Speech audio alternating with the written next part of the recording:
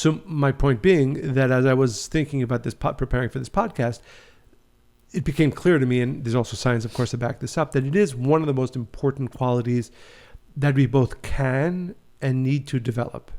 And I also believe that without a spiritual understanding, it is very difficult to awaken or create the right amount of resilience. And I know we've had this conversation very often about our kids, that, kids go through different things that, at least to them at the time, seem like difficulties or hardships. And we either speak to them about it, or when we speak between the two of us, we mention the fact that the most important skill, almost number one, that a child should develop over time. And that's why it's important for kids. Sometimes you have these parents who want their kids everything to go right for them or fix every problem for them. Or that they should never struggle as they did, and you want to protect them. And of course, there's certain reason times from your own that's pain right. that you had. But in reality, one of the most important things we can teach our children is the fact that, yes, there are going to be challenges in life, and what is the way to build resilience? What is the way to build the ability to not only traverse them, but actually always becoming stronger through them. And in fact, as you said, when our kids come to us, they're like, "Oh my God, why did this happen? It's not supposed to be this way," or "It's so hard." We often say, you're young. This is just the beginning of your life, and you need to learn how to deal with hard things. You need to know that you're capable and able, and you need that experience to really become the person you're meant to.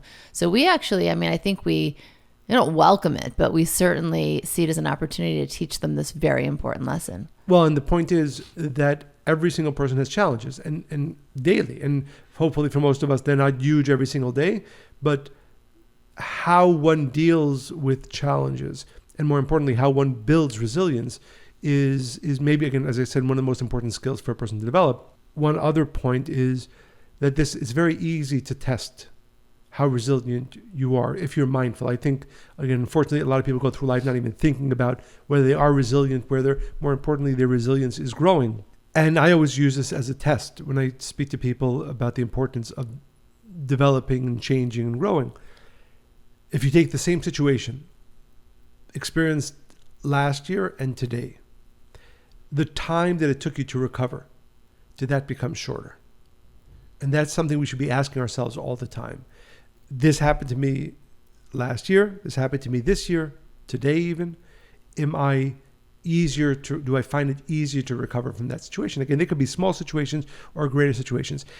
If the answer is yes, I find it that the time between, we'll call it stress or challenge, to equanimity, meaning accepting and being maybe even happy about it, or at least accepting of it, that is one of the most important tests of our resilience.